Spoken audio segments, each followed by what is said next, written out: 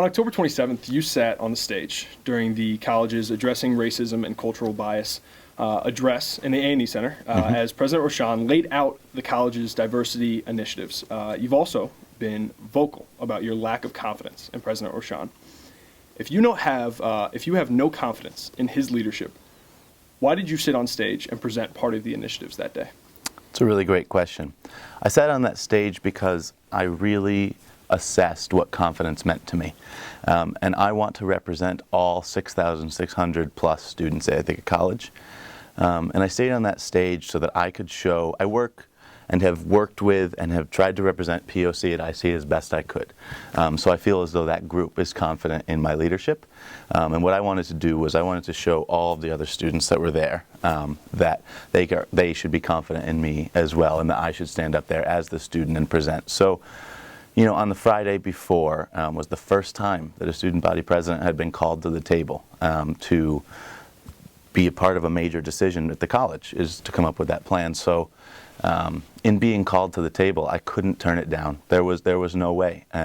If I had turned that down, I would have effectively gone against all of what I believe in my position. So, you know, I was asked by President Rochon in the meetings that Friday and the following Monday to sort of present what students want, what are the student demands, and even if there were any from POC at IC or from myself, I told him that I wouldn't give them to him because I didn't want the administration that so many people don't believe in, represented by him, to own those initiatives.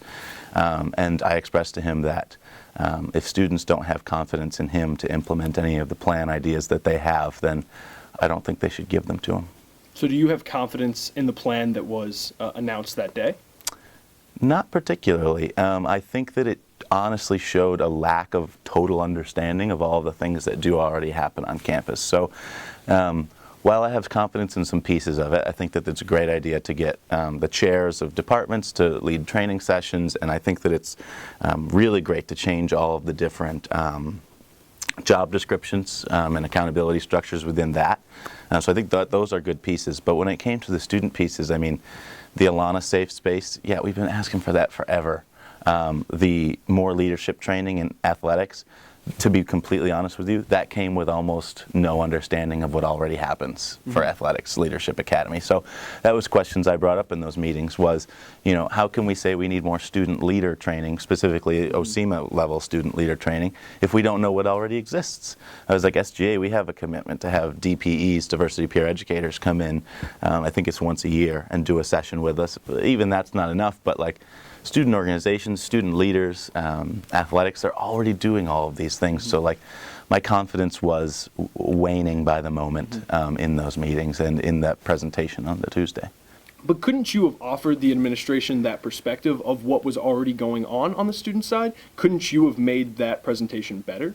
I did. I did offer what was going on. I offered the fact that there were DPEs, and I offered the fact that there were diversity peer educators. I offered that OSEMA has a ton of great training, including the cross-cultural leadership retreat. So I didn't know enough about athletics. I was like, why do we not have anyone at the table? And it's like, nope, this is a high-level decision-making body. We're making the decisions. So there weren't necessarily in terms of making the presentation better. I wasn't the one to put together the wording or the slides. Just send in edits. And to be honest with you, I did. I sent in a couple of edits that were like, okay, I want to put accountability and reasons why each of these things are on there underneath as like sub bullets. Didn't come in the final draft that was given to me 2 hours, not 2 hours, like earlier the day of, I don't know the time, but earlier the day of, it didn't come with those sort of ideas alongside it. So moving from there, obviously earlier that week, actually it might have been just the day before, you initiated the student vote of no confidence. Right. What effect do you think the student no confidence vote will have on the college? Well, I think that it's going to have a profound effect on the college. I think that the fact that it ends on November 30th and that's when the faculty's begins means that students are going to have a great chance to help influence that faculty vote as well. And most of the faculty will actually have to look, you know, will have seen that student vote and say, okay, this is what the students, this is the reason we're here in so many ways, this is what they think. So I think it'll have a really big effect on the college. On the trustee side, I don't think it'll have as much effect.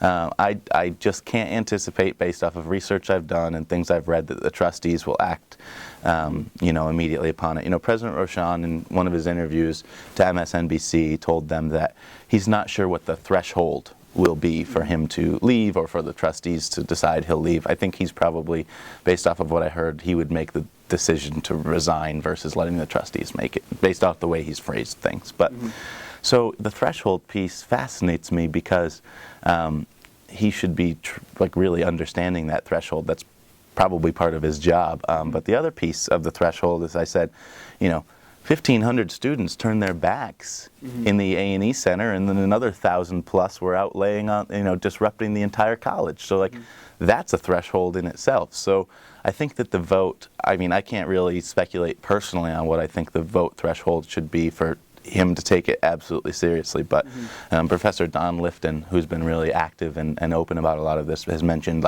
33% even being a really quality threshold, and I agree. I think that would be 33% of the entire the voting student body, the student body members that chose to vote. 33% of them saying that they have no confidence would still be a significant number of. That would be 1 in 3 people not believing that the leader can lead. That's huge. That's really huge. And so, I guess, to clarify, what specific things do you think that President Rochon has done or not done that warrants this vote? Well, I think one of the first things I love to hit on is the fact that the diversity numbers here have increased. So we have more Alana students than ever before, but the support services around that has not grown and has in some ways decreased. A good example of that is getting rid of the Inside Look program. I know that decision may not have come directly from him, but if he's going to lead the IC 2020 initiatives, including increasing diversity, the support system should increase alongside it. And it's not enough to just say our faculty numbers only turn over 4% every year. At the end of the day, you still need to increase those numbers somehow, and you just can't blame it on low turnover rates. You really need to have initiatives that matter, retention initiatives that matter. I think a professor gave me an estimate that 9 or 10 faculty of color have left in his tenure here. I've talked to faculty of color that have left because they don't agree with his leadership, and that hurts the whole system. So that's one thing that he just hasn't done or could have done. Other pieces, being more inclusive. I have honestly never seen a leadership so exclusive in planning, in development, in strategizing, in just understanding. That's been my biggest critique is where is the critical understanding of this 8,000 plus people that interact with this campus every day? They don't feel included. I'm democratically chosen, and I'm never asked to be at the table, except for the one time for a last-minute crisis plan that ended up being half-baked. And I hope that it works out and comes to fruition. But you were there with me at the faculty council meeting when we saw them creating a database for to stop microaggressions in the classroom. No. That's not enough, and there needs to be accountability structures within the administration. That was a piece of the puzzle presented on Tuesday, and even that wasn't enough. So it just shows a lack of understanding, and I think the accountability structures just, don't exist. Yeah. And so you talk there about accountability structures, these structures that don't exist. How can President Rochon expect to have success if these structures already don't exist? Well, I think he's created a space where they don't exist, or not allowed them to flourish, I guess. The accountability, a couple of great examples are the public safety RA issue. A lot of students are asking, where's the accountability for that public safety officer or those officers? And there's not been a transparency in that accountability. I'm sure that there's internal investigations going on or things like that about it. And then the other accountability structures are AEPI. What's the accountability that's been had there? The message to the campus community seemed like there would be some accountability. And then the accountability for the Chris Birch comments are that we can't control what people say on campus. That's a presidential level initiative, and it showed that. So that kind of touches in on adding the chief diversity officer piece is that, President Rochon doesn't even want the accountability for diversity, so he's willing to create a whole entire new position at the very top. This will exist, one of the only positions on campus that oversees everything. Himself, and this position. We'll be the only two on campus that do that. And to add such a high-level thing is great, but it is coming at a time that makes it so strategic to push away responsibility. So, but does it really matter if he's pushing away responsibility if the job and the issues that need to be addressed are addressed? He's been here 8 years, almost 8 years. Those issues haven't been addressed. So it's way too little, way too late. In terms of the issues being addressed by the chief diversity officer or the president, at the end of the day, it might not make a huge difference, but at the end of 7.5 or 8 years, it makes a huge difference. He's proving that he's not equipped to handle these issues. So do you think that college presidents at every college in the country should be equipped to handle these issues? Yeah.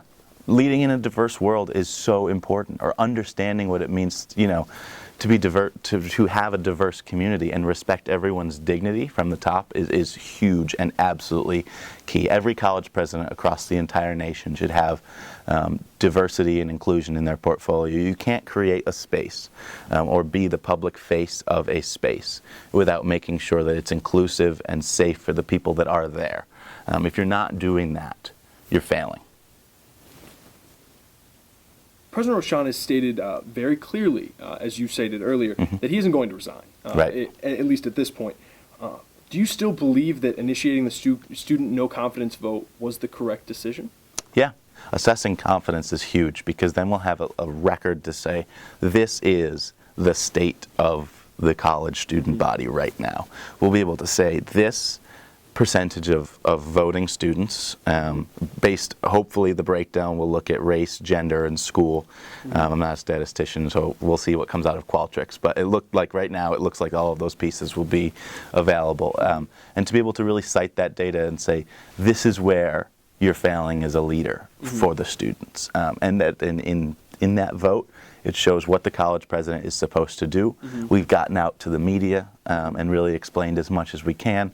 There are students on both sides talking about whether they do or do not have confidence in President Rochon. It's talked about in most every classroom. So I think that what the student vote of no confidence did was it helped energize a population and educate a population instead of just demanding resignation without those other pieces. So the vote of no confidence also allowed us to start to talk about values and what we value in a college president. And it also allows us to take an even more critical and deeper look at governance. So by doing those things, it gives us more chips on our table as SGA to say, okay, we're going to really focus after the vote of no confidence comes out. These are the values, and this is how we're going to get them instilled into the office of the president. And this is the governance structure, and this is how we're going to add it to this college's foundation. But you talk time and time again about how you want to be at the table. And doesn't the SGA initiating this vote and you personally stating you have no confidence in President Tom Rochon effectively sever ties between SGA and the administration? What do you expect SGA to be able to accomplish after this vote? It's a great question.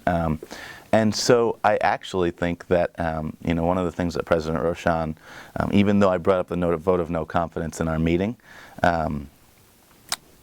he still allowed me to sit at that table and said, okay, SGA can do that on this section, on this side, and we can move forward with this diversity plan on this side. I can tell you I have not been called back to the table during this vote, but I would say that right now, in this specific moment, it is such a tumultuous time that SGA is going to have to work even harder through all of it to have our voices heard, but I think that's okay because foundationally we need a leadership that we believe in.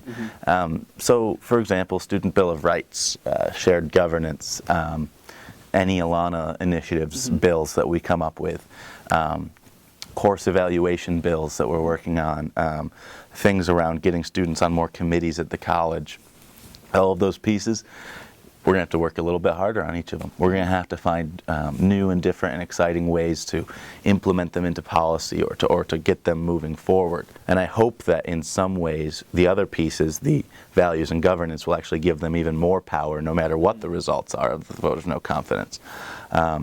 So the 5-year part, looking at, probably no matter what would have a new president in 5 years. So really being able to set things in motion in 10 years, making SGA a huge part of this campus. And I can tell you that we're working on making SGA more legitimate and more strong every day. We're even looking into things as deep as creating our own judicial branch to sort of add another check and balance into what we're doing. So I looked at it in a long-term and short-term projections and said, I think this is the best option to move forward. And I had a lot of co-signers, and it passed unanimously through both the executive board and through the entire Senate. So with that being said, do you think that the eruption of student voice on campus has become too focused on President Rochon and getting him out of office and not focused on other issues that are plaguing this campus, such as racism and cultural bias? I think they connect really, really strongly. But yeah, I think so much of the student voice on campus has been about Tom Rochon and getting him out of office. But I think that that comes out of, seriously, the college's lack of a good response on the Blue Sky AEPI RA public safety issues. So I think that they're connected. And while students, myself included publicly, have been very much calling for the ouster of Tom Rochon, I could tell you that sort of behind the scenes, all of those other discussions are still happening. All of those connections are still being made. All of those, initiatives are still being pushed forward. And so the conversation is becoming about structural and institutional racism, which is really important. And I think that is going to give us so much when we start to talk about more about governance and more about what we're doing there. And I'm pretty sure what's tomorrow, the 16th? Yeah, I'm pretty sure we're going to start talking about shared governance on the 16th and sort of lay out, here's some of SGA's ideas. What does SGA think? And then we're going to probably be presenting that bill on the 30th immediately following the vote of no confidence piece, so that we can say, okay, we have to move our timeline a little bit because the college wants to talk about shared governance in December, sort of taking our model and saying, how can we, hijack this a little bit, I'm sure they said. So we're going to squish our timeline a little bit and start to talk about governance soon. But now that it's talking about institutional and structural racism, students have cited his book about culture movements and leadership. So those pieces all coming together, I think they tie directly together, and I think that gives us even more fuel as SGA. So what are the tangible ways that Ithaca College would improve if President Rochon resigned? If President Rochon resigned, it would allow this campus to heal. I think that's one thing that the Missouri president said really well in his parting speech was, use this resignation to heal as a campus. And it'll give students, faculty, and staff a chance to do that. But it'll also give us a chance to set new expectations and take a fresh look. Expectations are huge. I asked President Rochon or Friday, one of the pieces of our model is values. What do you, as someone who's supposed to understand this campus the best, what do you think students value in a president? And do you reflect that? And he said he wouldn't touch the reflect part. He did end up talking about it a little bit. But his number one and number two answers were presence and relationships. And he said he'd be really interested to know what was number 2 through 5. What was that other pieces? But presence and relationships is exactly what people have been complaining about the most. Not building good relationships, specifically with students, faculty, and staff of color, or other students, myself and student government included, and presence. He's not around much, or people don't see him. People don't feel as though they can interact with him. So, on the presence piece, it's like, yeah, you're in the dining hall every once in a while with your family, but that's not enough of a presence for this campus community. And that's something that as a leader you have to realize and you have to understand over time. You can't just say that now and say that maybe you regret having not done those things, because it is too late. So if President Rochon resigns, it allows the college to take a real deep look at expectations and set them for the incoming president. I'm fairly certain, having talked to former SGA presidents, that President Rochon, when he was being hired by the college, didn't talk to any students in the time that he was brought into the presidential search and was ultimately hired. And I can promise you that if a new president is chosen for this college, that will not happen again. But that's so unfortunate, because even the students that would have been there to choose them can't be held accountable or anything, or so it's just shown that for so long the student voice has been just absent from President Rochon's life on campus. Definitely. Well, thank you, Dom. Yeah, thanks, Appreciate it. Max. Yeah.